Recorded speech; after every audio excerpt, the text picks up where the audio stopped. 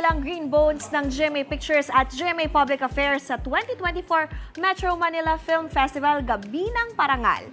Kabilang sa mga natanggap nito ang Best Picture. Si MMFF Best Actor Dennis Trillo, ipadodonate daw sa persons deprived of liberty ang nakuha niyang cash prize. Yan at ang iba pang panalo na nakuha ng Green Bones sa unang balita ni Nelson Canlas. Ang una at pinakamahusay na pelikula ay Green Bones. Sa 10 pelikulang tampok sa 50th Metro Manila Film Festival, umangat ang Green Bones. To make a film, it takes blood, sweat, and tears and resources. And talagang, we really risk it all because we want to tell a story. And I hope that people listen to all these wonderful, outstanding stories. Back-to-back win ito para sa GMA Pictures, lalo't Best Picture noong 2023 ang kanilang entry na Firefly. This is historic for us. This is a very big thing for GMA Pictures.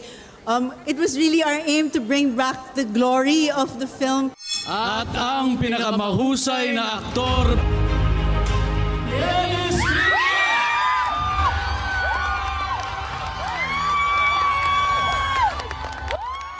Best Actor ang bida ng Green Bones na si Dennis Trillo. Napaka-special ng gabi na to para sa proyekto namin. Hindi namin nakalain na makukuha namin to at yung mga iba pang mga importanteng awards.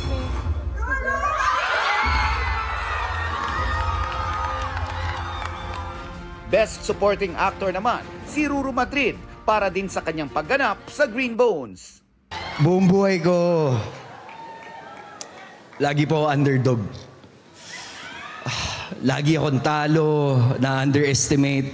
Kaya pala siya nangyayari sa akin para pag dumating yung araw na ibibigay na sa akin yung kapalit nun, katulad po nito, hindi ko po iti-take for granted lahat ng yun. Nagpasalamat si Ruru sa mga sumuporta sa kanya, kabilang ang kanyang girlfriend na si Bianca Umali.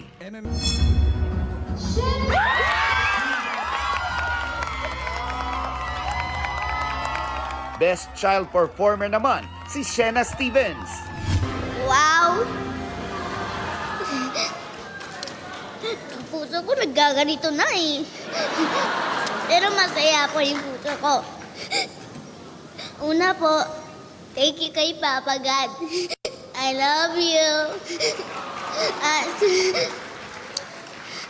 thank you sa tiwala niyo sa akin.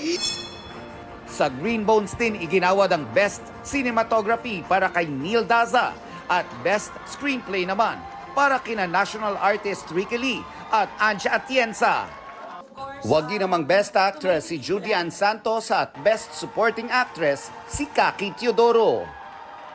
Ito ang unang balita, Nelson Canlas para sa GMA Integrated News. Gusto mo bang mauna sa mga balita? Mag-subscribe na sa GMA Integrated News sa YouTube at tumutok sa unang balita.